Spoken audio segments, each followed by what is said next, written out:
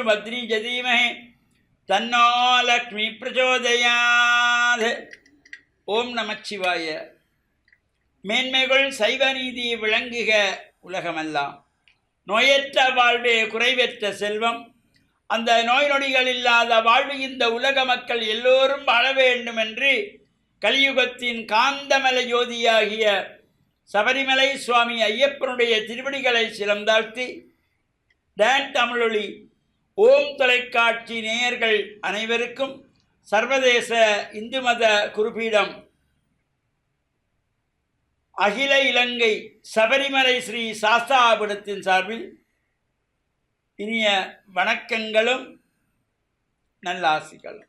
என்றும் மங்களகரமான விஸ்வாவசு வருஷம் ஆனி மாதம் 21ஆம் நாள் 5/7/2025 சனிக்கிழமை.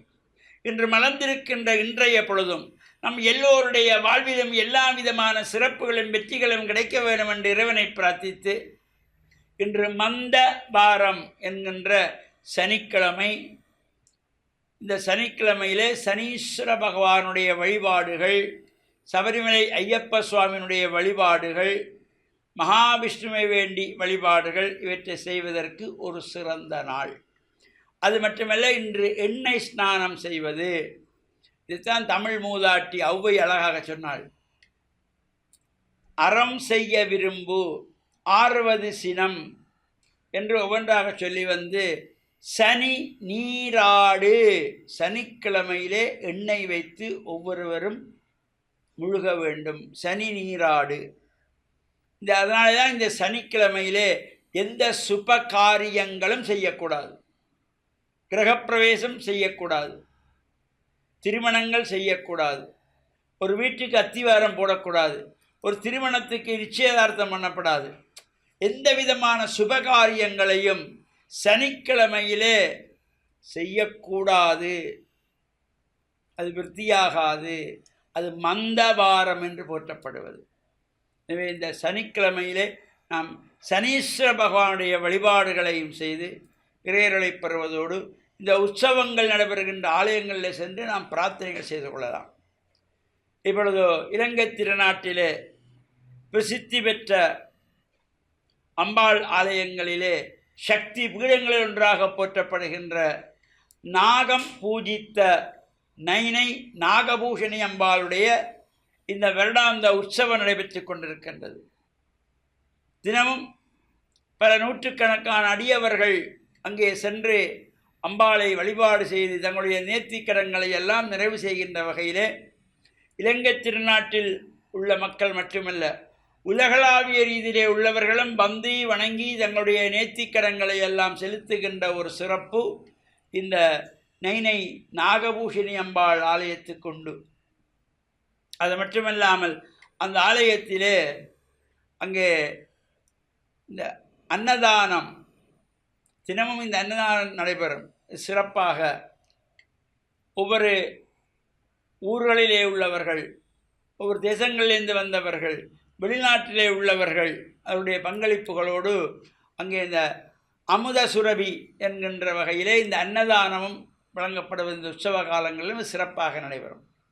இவ்வாறான இந்த உற்சவங்களிலே நாமும் கலந்து அம்பாளை வழிபாடு செய்கின்ற பொழுது அம்பியை நாம் எவ்வாறு நாம் பிரார்த்தனை செய்கின்றோமோ அவருடைய பூரண பலன்களை எல்லாம் நமக்கு தருகின்ற வகையிலே அமைந்திருப்பது. இந்த அம்பிகை நாகம் பூஜித்த நாகபூஷணி என்று எல்லோராலும் போற்றப்படுகின்ற அன்னை பராசக்தியினுடைய உற்சவ காலங்களில் நாமும் சென்று கலந்து பிரார்த்தனை செய்து தொண்டுகள் செய்து இறையருளை பூர்ணமாக பெற்று மண்ணில் நல்ல வண்ணம் வாழ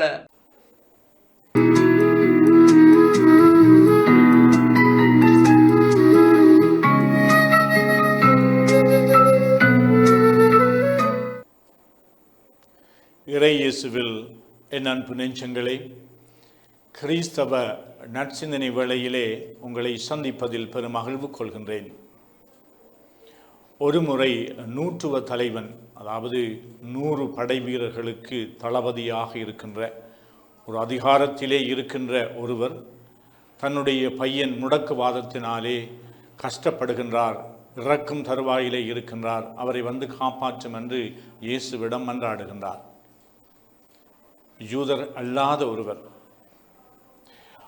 அப்பொழுது இயேசு கூறுகின்றார், நான் உம்முடைய வீட்டிற்கு வந்து அவரை குணமாக்குகின்றேன் என்று சொன்ன பொழுது அந்த நூற்றுவ தலைவர் முழந்தாளிட்டு இயேசுவிடம் மன்றாடுகின்றார், நீர் என்னுடைய வீட்டுக்குள் வர நான் தகுதியற்றவன், ஆனால் ஒரு வார்த்தை மட்டும் சொல்லும், என்னுடைய அந்த பையன் குணமாகுவான். அழகான ஒரு கூற்று. 2000 ஆண்டுகளாக இந்த கூற்று நினைவுபடுத்தப்படுகின்றது. திருப்பலியிலே நாங்கள் ஆண்டவர் இயேசுவை நற்கருணை நாதராக பெறுவதற்கு முன்னதாக இதே வார்த்தைகளை உச்சரித்து எங்களுடைய தகுதி அற்ற தன்மையை ஒப்புக்கொண்டு ஆண்டவரை வரவேற்கின்றோம். என்னுடைய வீட்டுக்குள் அடியெடுத்து வர வைக்க நான் தகுதியற்றவன். நாங்கள் எப்பொழுதும் மற்றவர்களை, அன்பானவர்களை, நண்பர்களை, எங்களுடைய பிள்ளைகள், எங்களுடைய பெற்றோர்கள், சகோதரர்கள் வரவேற்பார்கள், எங்களுடைய வீட்டுக்கு வாருங்கள் என்று சொல்லி. அது ஒரு புறம். விருந்தோம்பல் செய்ய விரும்புகின்றோம், நட்பை உறுதிப்படுத்த விரும்புகின்றோம். இங்கு இந்த செஞ்சூரியன், அதாவது நூற்றுவ தலைவர், தன்னுடைய வீட்டுக்குள் இயேசு வருவதற்கு தான் தகுதியற்றவர். அவர் ஒரு அதிகாரத்திலே இருக்கின்றவர், பலருக்கு கட்டளையிடக்கூடிய அதிகாரத்திலே இருக்கின்றவர். அந்த அதிகார துணியோடு பேசாமல் ஒரு அடிமை நிலையிலே இருந்து நான் தகுதியற்றவன், ஒரு வார்த்தை போதும் என்று சொல்லி அந்த தன்னுடைய இறை நம்பிக்கையை வெளிப்படுத்துகின்ற பொழுது இயேசு ஏனையவர்களை பார்த்து சொல்லுகின்றார், இந்த இஸ்ராயல் மக்கள் மத்தியிலே இத்தகைய விசுவாசத்தை நான் காணவில்லை.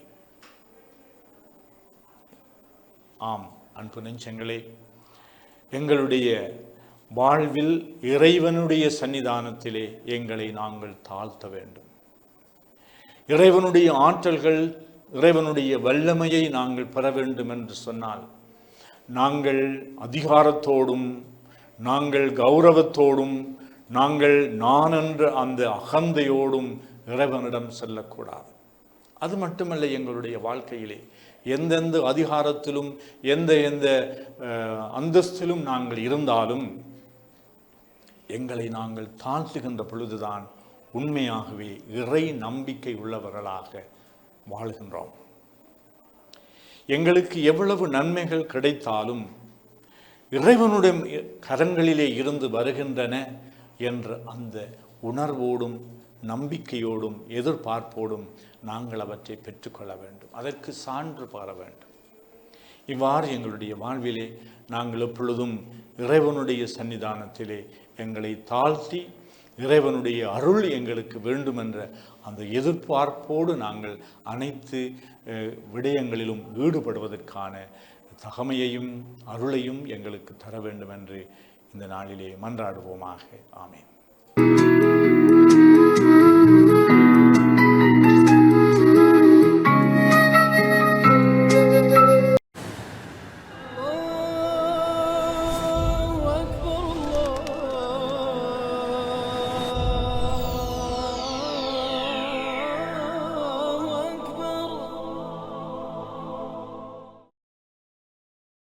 அஸ்ஸலாமு அலைக்கும் வரஹ்மத்துல்லாஹி வபரகாத்துஹு.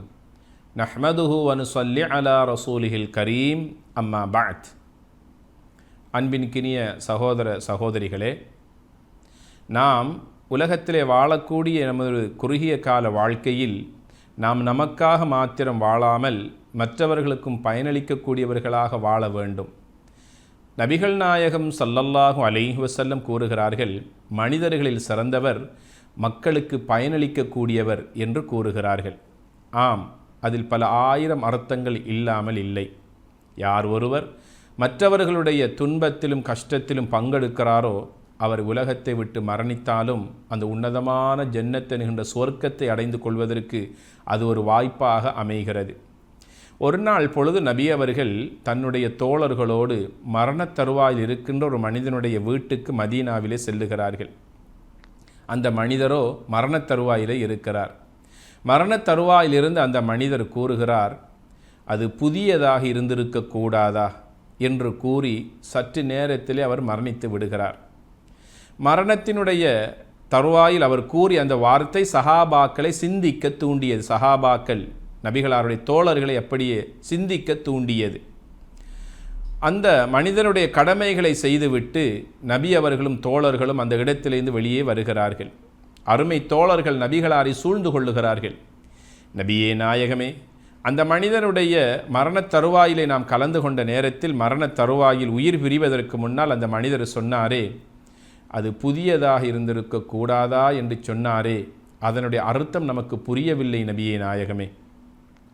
அதற்கு நபிகள் நாயகம் ஸல்லல்லாஹு அலைஹி வஸல்லம் சொன்னார்கள், இந்த மனிதர் ஒரு நாள் வீட்டில் இருக்கிற நேரத்தில் ஒரு மனிதர் வீட்டுக்கு தேடி வந்து தனக்கு மாற்று ஆடைகள் இல்லாமல் இருப்பதாகவும், எனக்கு உடுத்துவதற்கு என்னுடைய மானத்தை மறைப்பதற்கு ஆடைகள் தாருங்கள் என்று ஆடை அணிவிக்குமாறு கேட்ட நேரத்தில் இந்த தோழரிடத்திலோ பழைய கிழிந்த கந்தலான பல தையல்கள் போடப்பட்ட ஆடை மாத்திரமே இருந்தது. அதை அவர் அவருக்காக கொடுத்தார். அந்த ஆடையை கொடுத்து அவருடைய மானத்தை மறைத்ததற்காக இறைவன் இவருக்கு சுவர்க்கத்தின் காட்சியை மரணத் தருவாயிலே காண்பித்தான்.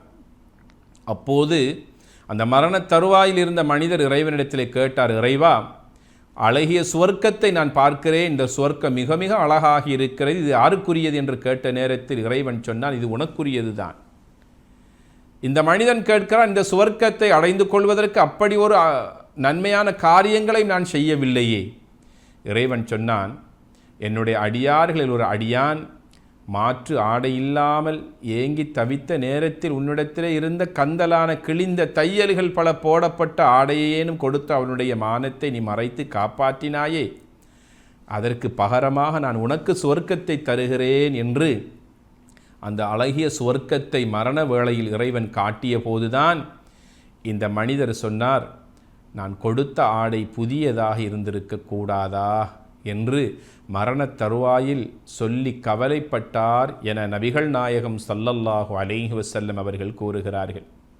ஆம், இல்லை என்று சொல்லவில்லை, இருப்பதை கொடுத்து மகிழ்ந்தார். அந்த பெருமகனாருக்கு இறைவன் கொடுத்த சன்மானத்தை பார்த்தீர்களா? எத்தனை ஏழைகள், எளியவர்கள், அனாதைகள், விதவைகள், இப்படியான பல தேவைகளோடு எங்களுடைய இல்லம் நாடி நாளாந்தம் வருகிறார்கள். எங்களுடைய தொழிலகங்களை நோக்கி வந்து செல்லுகிறார்கள். எங்களிடத்திலே மனம் விட்டு வெட்கம் விட்டு பல வார்த்தைகளை, பல அவர்களுடைய தேவைகளை கேட்கத்தானே செய்கிறார்கள். நாம் இயலுமான வரைக்கும் எங்களிடத்தில் உள்ளவற்றை நாம் அவர்களுக்கு கொடுத்து மகிழ வேண்டும். உதவி தேடி வருகின்றவர்களை விரட்டிவிடக்கூடாது. யாசகம் கேட்டு வருகின்றவர்களுடைய உள்ளத்தை புண்படுத்தி விடக்கூடாது. அவருடைய முகத்திலே நாம் பாய்ந்து அவர்களுடைய உள்ளத்தை தாக்கிவிடக்கூடாது. எங்களால் முடிந்த உதவிகளை செய்து அவர்களை வழி அனுப்பி வைப்போமையாக இருந்தால் நிச்சயமாக இறைவன் நம்முடைய உதவியை கண்டு சந்தோஷமடைவான். இறைவன் தந்த அருட்கடாச்சங்களிலிருந்து செலவழிக்குமாறு தானே இறைவன் எங்களை பார்த்து கட்டளையிடுகிறான். நாம் பிறந்து வருகின்ற நேரத்திலே ஒன்றும் இல்லாத வெறும் கையோடு அல்லவா பிறந்து வந்தோம். இவ்வளவு அருட்கொடைகளோடு இறைவன் எம்மை வாழ வைத்திருக்கிறானே, அந்த இறைவனுக்காக நாம் இதனை கொடுத்து மகிழ முடியாதா? இறைவனுடைய அடியார்களுடைய துன்பங்களையும் கஷ்டங்களையும் போக்குவதற்காக இப்படியான நற்கிரிகைகளில் நாம் ஈடுபட்டு இறைவனுடைய நன்மதிப்பை பெற்றுக்கொள்ளக்கூடாதா? இதுவல்லவா இறைவனுடைய பாதையிலே நாம் செலவழிக்கக்கூடிய இறைவனுடைய திருப்திக்காக நாம் கொடுத்து மகிழக்கூடிய சந்தோஷமாக இருக்கிறது. கொடுத்த இறைவன் எடுத்தும் சோதிப்பதற்கு சக்தியுடையவன் என்பதை நாம் மறந்துவிடக்கூடாது. இறைவன் கொடுத்தும் சோதிப்பான், எடுத்தும் சோதிப்பான். நாம் கொடுத்து மகிழக்கூடியவர்களாக இருப்போமையாக இருந்தால் நிச்சயமாக சத்தியமாக அந்த இறைவன் நமக்கு அள்ளித்தருவதில் கஞ்சத்தனம் அடைய மாட்டான். எல்லாம் வல்ல இறைவனின் அருளையும் அன்பையும் பெறுவோமாக. வஸ்ஸலாமு அலைக்கும் வரஹ்மத்துல்லாஹி வபரகாத்துஹு.